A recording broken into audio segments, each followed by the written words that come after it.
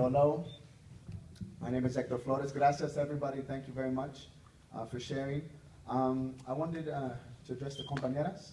I come from a Zapatista-inspired space called Eastside Cafe in Northeast LA. And so the work that y'all did, it was an incredible history in her story, because it's a lot of stuff that I knew of, I didn't really recognize in depth. And I think we're going through a lot of the same things, issues that y'all identified. Yeah, we could talk. Yeah, we could talk. And so my main question is, understanding the work of the Zapatistas. Their work is really rooted in the idea of autonomy, the philosophy of autonomy, self-determination, and also self-defense. And their conditions, their living conditions, are very different from ours. The beast is the same, right? Capitalism, neoliberalism, and now gentrification, right? The beast is the same, however the conditions are the same, or different. And so my question to you, in doing that work in the 90s, did you see yourselves as allies to the Zapatistas? Did you see yourselves as artists for the Zapatistas in solidarity? Or did you see yourselves as wanting to implement an urban Zapatismo here?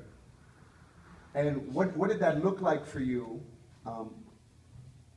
What things did you try to implement? What things did you feel like are, because they're two different worlds, couldn't happen? That'd be my question. Thank you. I think all of that happened. All of that in different stages, because as we learned of the Zapatistas, our first response was in the red, and we came at it as artists. That was our first, because it was our only tool at the time. But that evolved because when the Big Frente went to the encuentro, the Zapatistas told them, go back to your communities and do the work there. And so they came back with very clear strategies about what to do. So it was a learning process.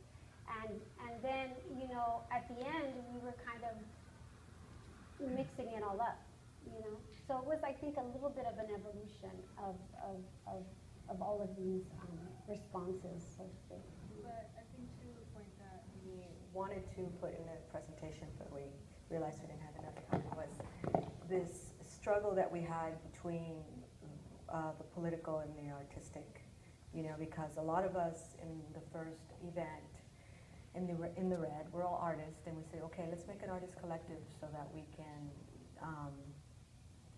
make this event. Or, at this point, I can't even remember why it was just very, it was just, it's logical. Let's get together. We'll be an artist collective. We'll do this. But after in the red, the artist collective disbanded, mostly because a lot of us were artists, and as an artist, you have your own personal practice, and some of us stayed and became more involved with the National Commission for Democracy, which started hosting something that was called La Escuelita. So it was hardcore Zapatista political strategies, ideologies, teaching us how to look at our community from a local level, national level, international level. And so, as an artist, you get so removed from your practice because you're not really thinking in art, in visual language. And so for me personally, I think it was a big struggle, but I was also very passionate about the politics, that I thought, I'm the tool, I'm making art here on a political level. And if they need me to make a banner of, I don't know, Che Guevara, I will paint it. It's not my personal art practice. I was making paintings where I had a, personal, separate practice of art, making figurative paintings and all this, performances. But when you're dealing with the community, I'm going to come out with like a performance where I'm throwing guts on the floor. What is the senora down the street going to think? Is she going to want to talk to me about the community? She's going to, and I think especially for Highland Park at that time, it was there was a lot of evangelical type of organizing, which eventually the last space that we were in, which was the Ebel Center, I think there was some sort of community organizing by the evangelicals to sort of boot us out because of all the kind of activities we were having there.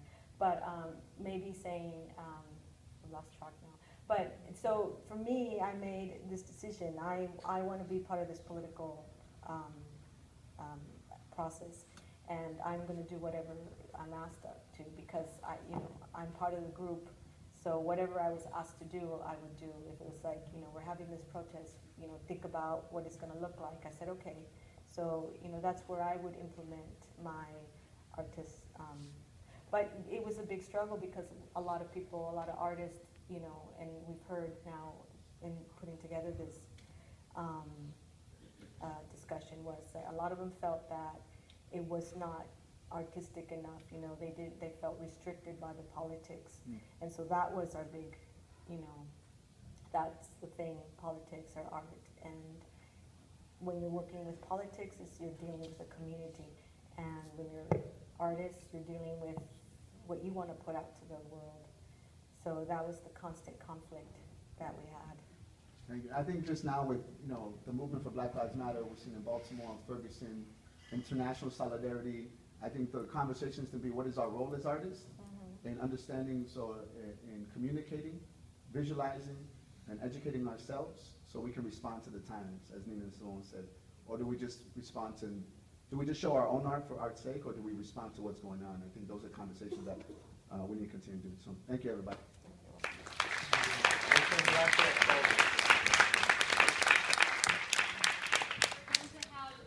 Stretch break, very brief, and then we'll begin our final presentations in 5 minutes.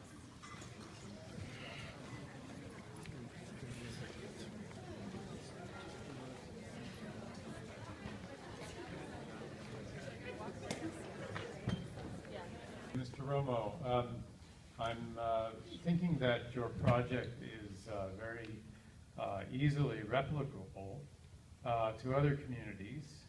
Not only on the border, but in other continents and other situations. Have you made any efforts in that direction? Have other artists picked up on your model? Have you done anything in that regard? It seems it could be very positive. We're working in Guatemala. We have a very nice project there. We end up finding the situations are pretty similar, even though the landscapes are so different. People are surrounded with trash, and they face the same reality. So now we're building a huge, looks like a pyramid, a Mayan pyramid, but it's all made out of trash. And it's looking pretty nice because they were very creative, and they're bringing other types of trash that I didn't use before.